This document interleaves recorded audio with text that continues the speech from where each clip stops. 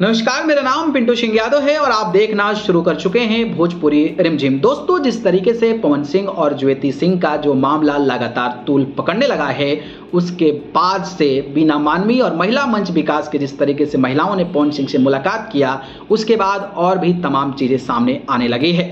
महिला मंच की जो मानवी हैं, बीना मानवी हैं, वो लगातार पवन सिंह से मिलने के बाद कई सारे बड़े चौंकाने वाले खुलासे कर रही हैं और उनका यह भी कहना है कि वो किसी और की वजह से इनके रिश्तों में दरार पड़ी है। यानी कि पवन सिंह और ज्योति सिंह का जो मामला है, उसमें किसी और महिला की जो कहीं ना कहीं वहां पर चीजें रही है, जिसकी वजह से इस तरीके की चीजें सामने आई है और वो इनडायरेक्टली जो है वो कहीं ना कहीं अक्षरा सिंह पर निशाना साध रहे हैं। हालांकि लगातार तमाम लोगों से मिलने के बाद मेरा तो यही सजेशन रहेगा कि अगर आप किसी पक्ष के बारे में बोल रहे हैं तो मुझे लगता है कि आप सारे पक्षों के बारे में पहले बखूबी जान लें, खूबसूरत तरीके से जान लें। इसके बाद में अगर आप अपना ओपिनियन देते हैं तो मुझे लगता है कि वो बेस्ट ओपिनियन होगा।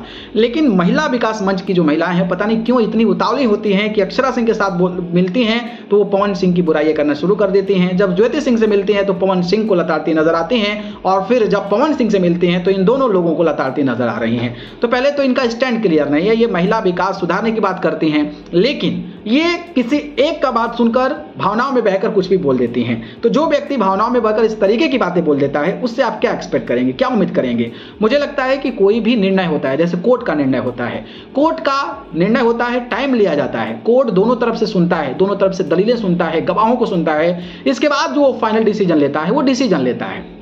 लेकिन ये लोग चली हैं न्याय करने के लिए और बोल देती हैं कुछ ऐसा। एक व्यक्ति से मिलती हैं तो उसके बारे में भंडा फोड़ देती हैं, दूसरे व्यक्ति के बारे में बोलती हैं तो उसके बारे में भंडा फोड़ देती हैं, और तीसरे बारे में व्यक्ति बोलती हैं तो फिर दोनों का भंडा फोड़ देती हैं। तो इस तरीके की चीजें मुझे लगता है कि ये कहीं ना कहीं कोई भी मंच के लिए शोभनीय है।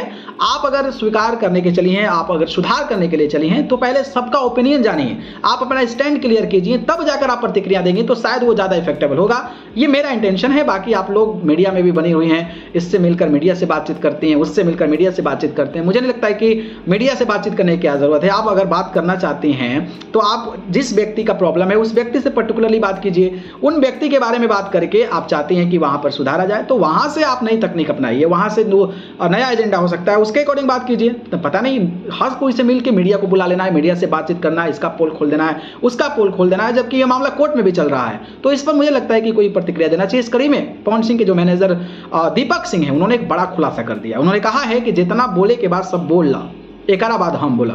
यानी कि दीपक सिंह ऐसा लग रहा है कि गुस्से में है, सुनना चाहते हैं कि जिसको जितना बोलना है बोल लो, जब हम बोला तब बोलते रहा। अब दीपक सिंह का क्या अगला चाल है ये तो आने वाले समय में पता चलेगा, लेकिन जिस तरीके की बातें उन्होंने लिखी है उससे एक नया कंट्रोवर्सी भोजपुरी इंडस्ट्री में मुझे लगता है कि छीनने के लिए तैयार है। बाकी आपको क्या लगता है, क्या दीपक सिंह किसके बारे में पोल खोलने वाले हैं? इस पर अपनी राय बताइए। धन्यवाद।